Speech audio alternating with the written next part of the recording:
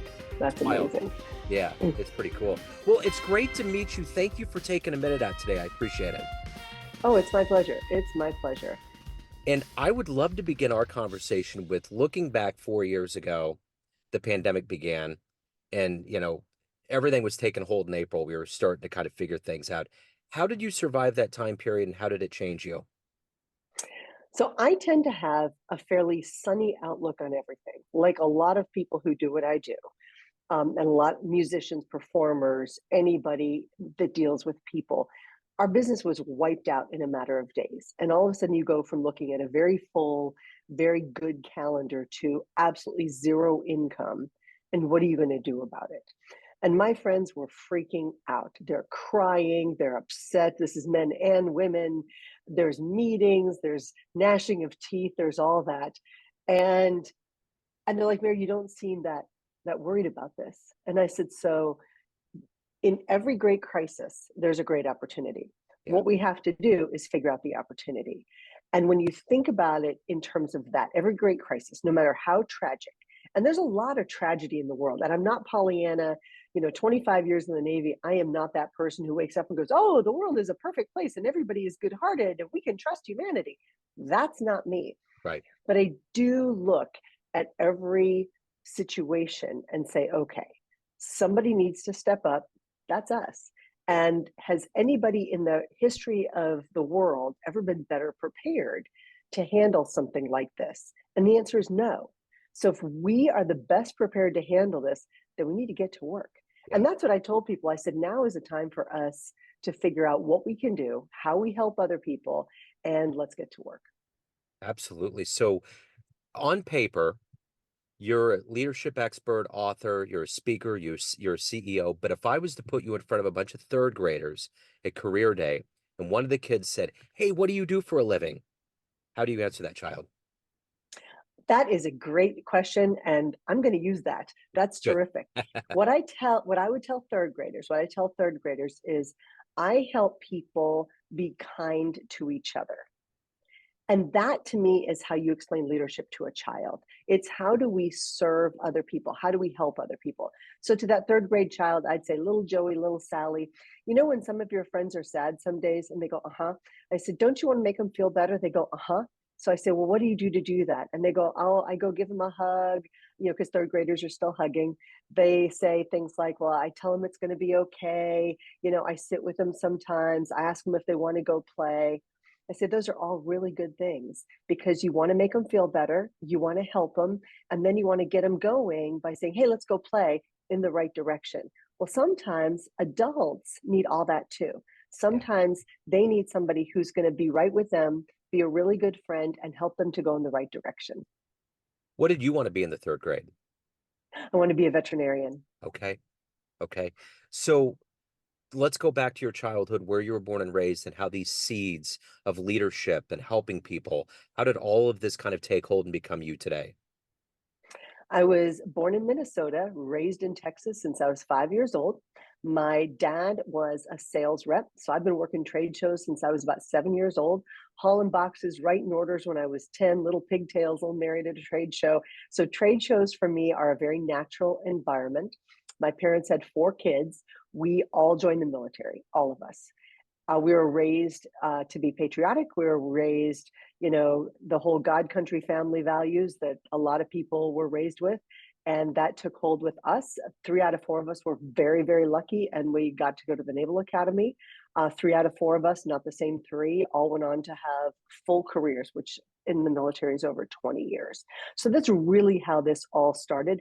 And the military is a great training ground for leadership. We don't help you get a degree because we think, wow, having a history degree is going to be helpful for leadership. We give you a degree with the matriculation of this is how you become a good leader. This is what you need to do. And on the way, you get to make a lot of mistakes. And the military expects you to make mistakes. When we put people in a position of being in charge of other people and you're 21 years old, you're going to make mistakes, and you do. And all we ask is that you learn from them and try not to make those mistakes again. So talk to me a little bit about who a hero has been for you. Who's been inspirational on this journey in your life? When I think about the hero in my life, I look at Nelson Mandela. And the reason for that is that man did more for that country than anyone else in recent history can think of. And he was able to practice forgiveness in a way that I don't have. I work at it. I want to become a veterinarian because I love animals. And in one of my roles in the military, I was a military chief of police. And I sometimes had to deal with people who were not very nice people. And they abused animals, they abused people. And I don't have a good place in my heart for people who do that. I don't have that in I spent a lot of time in Hawaii, so people say I don't have that sense of aloha for those people. And when I look at Nelson Mandela, I'm like, okay, but he forgave those people who did terrible things to him, who imprisoned him for so long. How do you do that? How do you practice that and be a better person on a day-to-day basis? So when I look at a hero, I look at not somebody that I'm like, I'm nowhere close to that, but I look at somebody who embodies those characters that I know I need to work on. And to me, that's Nelson Mandela. To be able to be in his brain for the first hour after he got out of jail, to realize that he was on trial, almost killed, because one of his accomplices, I believe, was close to, or maybe he saved him. I can't remember the exact story. But to see after 27 years that everything that he went to jail for and fought for actually came to fruition and totally changed the entire landscape of an apartheid mentality, that's deep. That's heavy. I can't even imagine walking out of prison and seeing all the changes. Yeah. And then for him to adapt so readily and then to forgive and get himself right back into it, just to me is astounding. For all of the things in our modern era that we question politically and socially that's happening, and I think sometimes we don't feel like we have control and lawlessness is running rampant, I think examples of people like him restores my faith in the idea that at the end of the day, humanity will find some level of karmic morality to get to where we need to get. And that's always hopeful to me. 100% agree. And I also feel really sorry for people, especially during COVID, when people they secluded themselves, which meant their prime source of information was social media and television and Yeah. sometimes podcasts. And they became so myopic that because they would only tune into that confirmation bias. If you didn't agree with them, they didn't pay attention. So because of that, so many people got very myopic, very introspective, and they stayed inside their own head. And I think that led to waves of depression and mental health challenges, and certainly a rising level of irritation and frustration because we weren't out there seeing good people doing good things. And we sometimes forget that, yes, everybody looks at politics and says, wow, we've never been this bad off. Well, we've actually been worse off. People look at what's going on with climate change and say, oh, we're destroying the planet. Okay. But we're also doing some good things. It's very difficult for some people to see the good when they stay inside their own house, inside their own head, and inside their own myopic worlds. We just need to get out there and see what everybody else is doing. And that means go outside, go see people, Yeah. go volunteer, go make a Mhm. difference. Yeah. I think the thing about social media and media in general is that it wants us to be in that echo chamber, which is Mhm. unfortunate. But I think I always go to news sources that are completely 100% opposite of the way I believe, because there is that whole notion of keeping your enemies closer, or at least seeing what the other side is doing so that you're better informed. But yeah, I think unfortunately the new trend in our lives is the echo chamber, and it just builds people up into an emotionally angry level that's not going to be good for anybody, because nothing gets solved when the emotions go boiling over. It's not good, you know. And people love to be angry. Have you Yeah. noticed that? Oh man, yeah. Yeah, it's a new thing for sure. Mhm. So let me ask you this. If you could meet one person alive on the planet right now that you find fascinating, who would you love to meet and talk to? Condoleezza Rice. And if you know her, please let her know that I would Okay. like a conversation. I watched that movie about Cheney, Hmm. the with Christian Bale, I believe.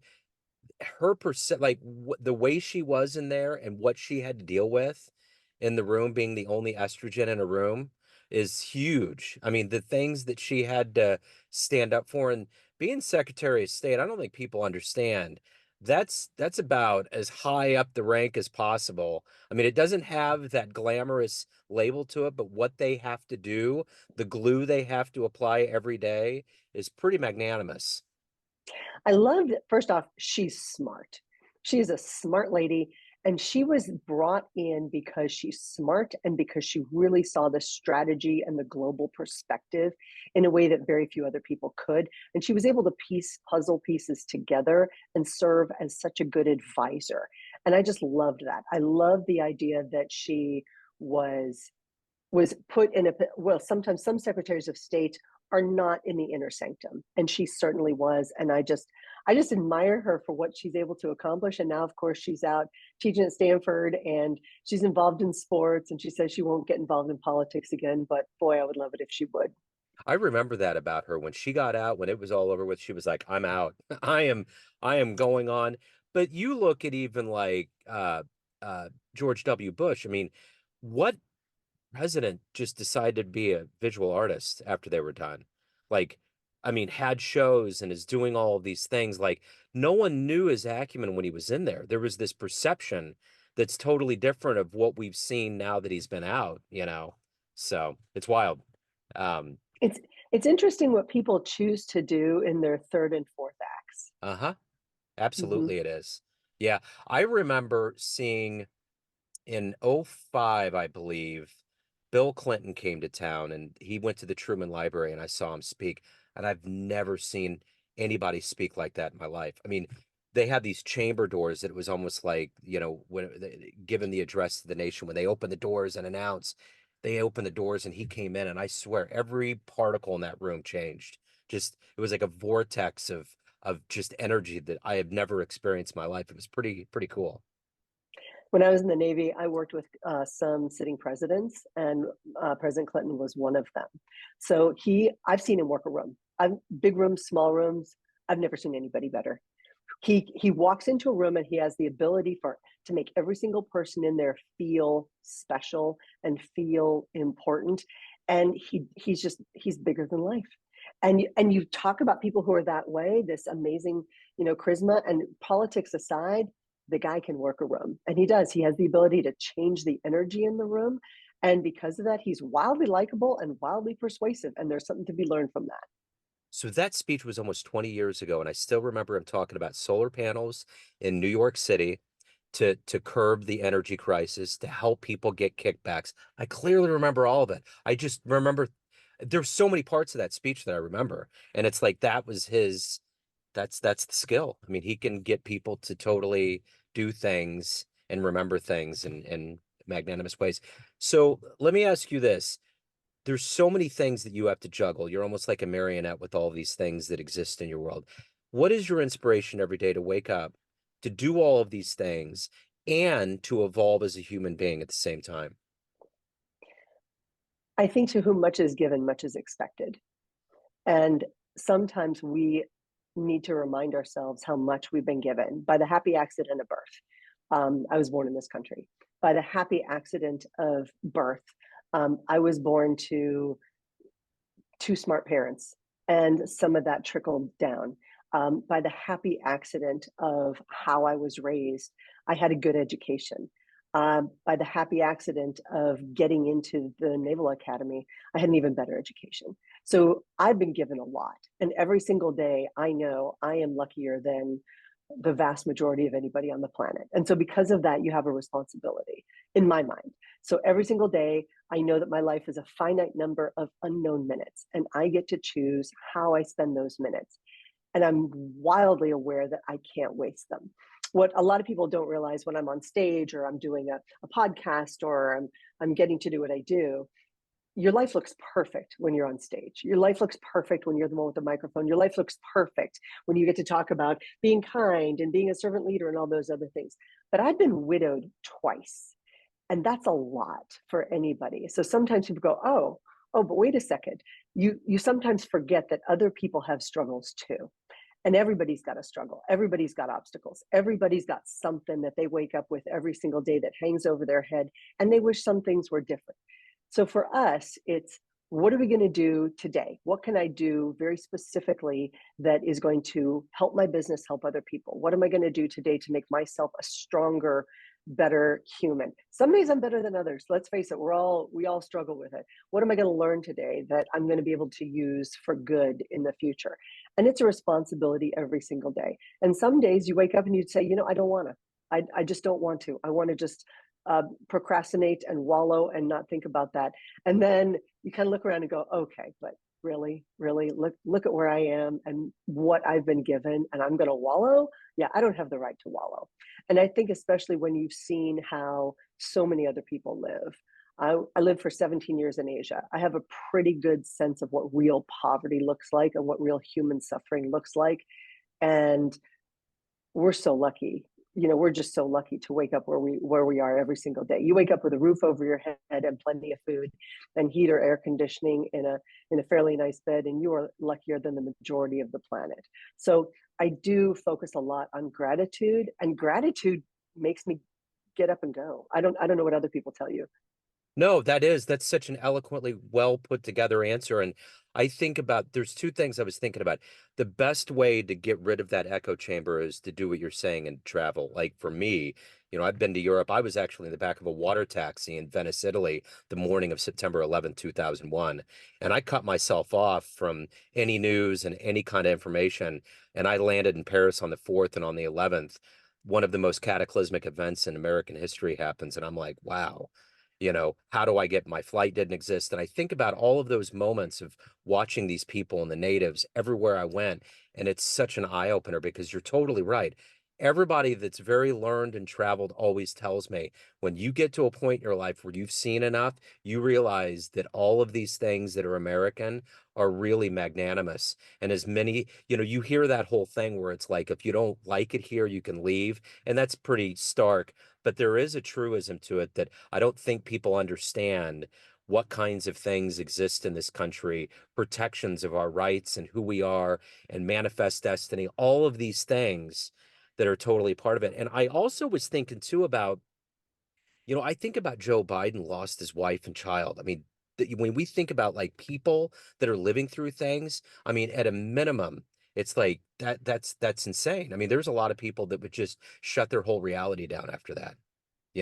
So And and it is hard, and I do think it's harder to lose a child than a spouse. I don't know, and thank goodness, but um, loss is real, and loss is an issue. And we look at places where there's war, and right now the situation in the Gaza Strip is just a disaster. But it's not the only place where there's conflict. yeah. There's conflict in so many other places on the planet where people are not safe.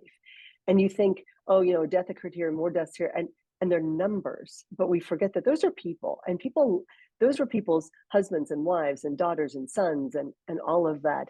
And the struggle is a very real struggle to deal with things like grief and loss and obstacles, and how we choose to see that and how we be compassionate to other people, but also how we make good choices every single day, I think is important.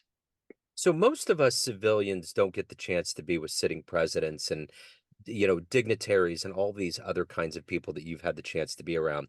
So I'm curious, with that being kind of the theme, what was the one person that held a really high place in our society that you were around that you always wanted to be around more just because you liked their company or they were friendly, they were good, they were genuinely to their core people that you wanted to talk to more? Was there anybody like that that you ran into? This is going to be a surprise, and it was former President Richard Nixon. Wow. He was on a visit, and they needed someone who was going to escort him to an airfield, secure all that, somebody with a clearance.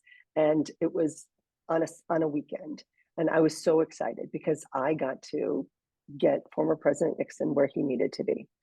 So I pick him up in the vehicle, and I'm doing all the things. And there's first off, the guy is the most, at the time, with me, he was the most humble, sweet, kind. Um, it, he was just the sweetest man ever. He treated me like you treat a daughter, and that was about the age difference I would imagine at the time. This was about 20 years ago, And he's trying to be all sweet to me, and I'm in my Navy uniform, and he's like, well, now tell me what you do in the Navy. And I'm like, oh, President Nixon, I'm so honored that you would ask that question, but can I please ask you some questions? And he says, ask me anything you want about anything you want. And we talked about his interactions with China, and we talked about his foreign policy, and we talked about, what it's like to be a former president. And I got 2.5 hours of his Wow. time. And I said, I'm supposed to be just supporting you. So please tell me when you want me to stop talking to you. And he's like, I'm just enjoying the conversation. Wait, what? Yeah. And I think what an incredible gift that man gave this little baby Navy lieutenant at the Uh-huh. time. He could not have been kinder. He could not have been more interesting. And he shared things. And I was blown away by the opportunity. No matter what people say about Nixon, the one thing about him is that if you decide, no matter who's around you telling you to do it, if you decide to meet Elvis Presley in the Oval Office and to hang out with him and embark on a PR campaign and to do that, there has to be something inside of you that no one knows about. Exactly. And that's again, I think people are judged by situations and certain things. And, in life, we're all going to make mistakes. Or we're all going to screw up. We're all going to have issues that we go, oh, that was a bad decision. We've all done that. But usually, I'm fond of telling young people, when I was in your shoes, when I was in my early 20s and I did stupid stuff, a match and a wastebasket took care of all the evidence. And now everything is recorded, everything's on cell phones, everything is out there for forever. And you've got fifth graders now who their friends are recording them and I mean, we didn't have that. So No. I think it's harder now. The scrutiny is harder, and standing up to the scrutiny is certainly more difficult. So, of all of the things that you've done in your very esteemed existence, what are you the proudest of? This sounds crazy, but I'm very proud that I ran some marathons, and I'll tell you why. Because I didn't think I could do it.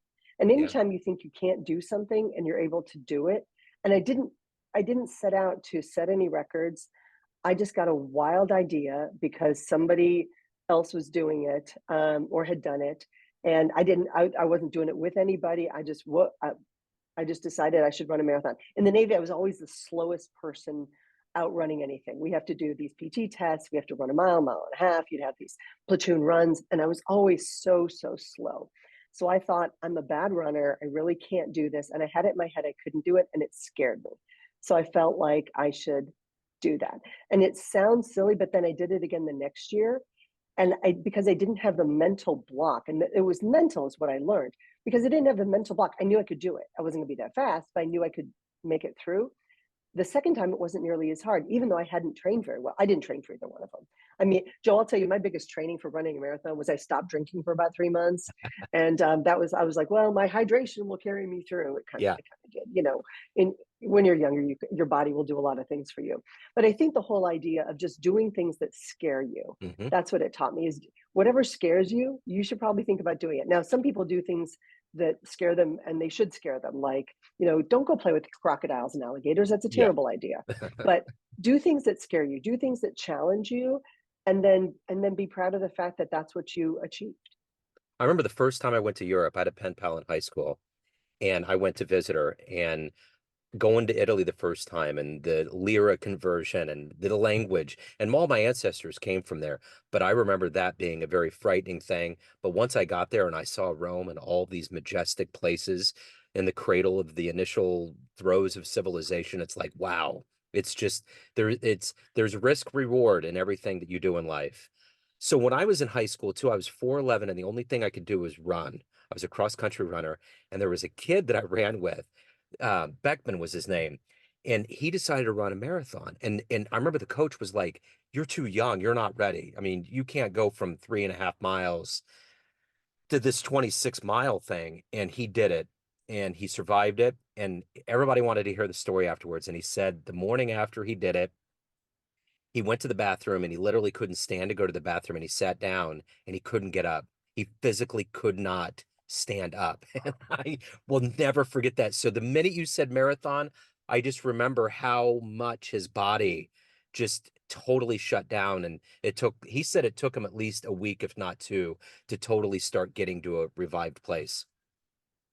It took, I was limping badly. By limping badly, like leaning on other humans for about 3 days after the first one. Wow. And then, but the second one, my brain was like, you can do this, you can. And and the difference again is tweaking your brain. Yeah. And your body will respond the way your body's going to respond. Um, Obviously, training would have been helpful, but I didn't do that. And yeah, I was pretty darn sore for 3 days. So at the end of the day, Mary, everyone has a perception of you. Family, friends, clients, colleagues, everyone around you, but you run the show. What's your perception of you? Who do you think you are? I tell people I'm an average gal trying to do an above average job, and that's what I tell people. So I'm very blessed to have three wildly talented siblings, and I think they're all smarter, more attractive, and better people than I am. And I love the idea that my siblings challenge me and push me. I have a group of mastermind people. They uh, Other sales trainers, motivational speakers, authors, and they push me as well. And I love that. And again, I think I'm the weak link in the chain. And when you feel like you're the weakest link in the chain, you try harder. And that to me makes a difference. When you're number, like the car commercial, we're number two, we try harder. I think you do try harder. And that to me is where I that's what I look at myself every night when I go through my gratitude process. I'm like, okay, so what did you do well today? What can you do better tomorrow? What do you need to focus on? What are your priorities? What are you going to do tomorrow that will make tomorrow an even better day? So we get off the call here, time machine pulls up in front of your house. You can go anywhere in history and see one event with your own eyes. Where are you going? Ooh, Fun, huh? that's a good question. Anything in history? Wow. So a lot of people would go for um, probably a religious moment. That would be a natural place to go. Wow. I would love to be in the room when the signers of the Declaration sat down with that document. Because at the time it was so revolutionary. The only thing we had to go on before that was the Magna Carta, Yeah. and that was 700 years earlier. And it was so revolutionary, and not to overuse the term, but it was such a different model to not have a monarchy, to not have dictators, to not have marriage be the basis of political alliances, and to have those people know that when they signed that piece of paper, their lives were in danger, and most of them did not fare well. So I would have loved to be in the room for that conversation. Yeah, for That's a sure. great. Oh, that's a great Yeah, question. it's fun, isn't it? That's a real. What's yours? I probably would like to go. I haven't. So there's a moment in sports I want to go back to. I want to go back to Shea Stadium. My dad was from Long Island, so I was a Mets fan, and I'd love to see the moment that that ball went underneath Billy Buckner's legs. I'd love to feel that energy in that stadium. Just that one moment of sheer absolute. Because when I was at home in my little duplex growing up, I lost it. I ran Mm. outside.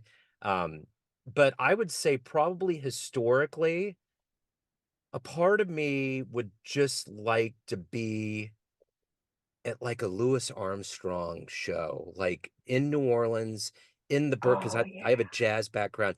Just before there was any recordings, to see the level of white people that would have to embrace the fact that they're going to accept color and they're going to accept music and they're going to accept humanity. But be in that room and feel that would be pretty cool to see. Oh, that's a great one. That's a great one. Yeah, my So dad's from Brooklyn, so he was a Dodgers fan.